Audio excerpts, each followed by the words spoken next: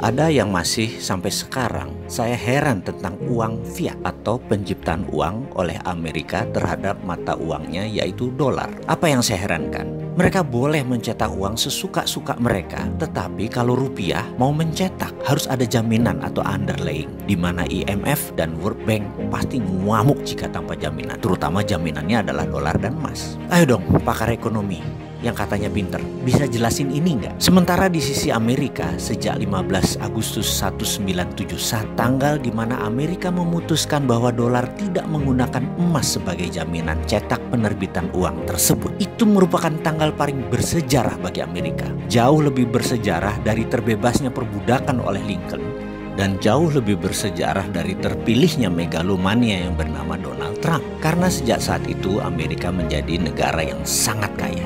Kenapa? Karena mereka suka-suka cetak uangnya. Sesungguhnya kita harus berani menantang hal ini, terutama para pakar ekonomi kita, dengan pertanyaan sederhana, terbitnya dolar itu berdasarkan apa? Boleh nggak sih saya heran dengan para dosen, para pakar ekonomi, para pejabat ekonomi, profesor, doktor ekonomi, mengapa mereka setuju Amerika cetak sak mau-maunya, dan bahkan Anda mencari pembenaran-pembenaran, sementara negara lain tuh haram hukumnya untuk mencetak uang.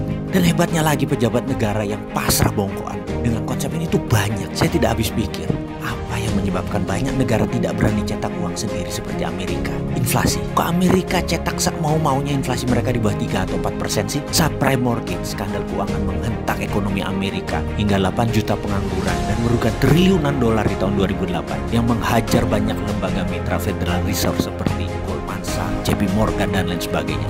Hanya sebentar selesai masalahnya dengan Federal Reserve printing money billion-billion dolar, lebih besar dari anggaran APBN Indonesia. Kita tanya kemudian, terus mana inflasinya di Amerika? Tahun depannya 2009 atau 2010 nggak lewat tuh 3% inflasinya. Mengapa Indonesia tidak ikut Amerika juga cetak duit? Ada emang yang menahan? Oh ada.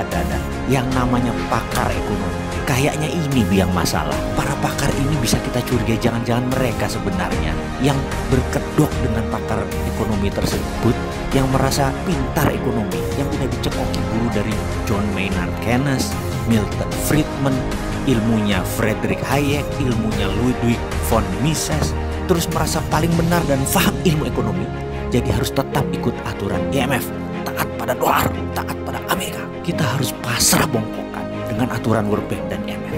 Cetak duit harus ada jaminan. Kita tanya, lu kok gitu sih? Apa benar ilmu itu? Jangan-jangan ilmu udah kadaluarsa kali. Coba kita lihat fakta. Rupiah dipakai sebagai mata uang yang tidak pernah sekalipun menguat kekuatannya. Yang katanya oleh pakar ilmu ekonomi mereka itu teorinya benar, manut dengan IMF. Mana hasilnya? Mana buktinya teori yang Anda praktekkan itu tadi berusaha membuat rupiah menguat atau Indonesia berjaya ekonomi?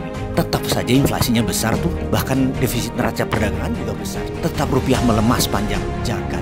Lebih dari 70 tahun Indonesia merdeka. Ke depan bagaimana?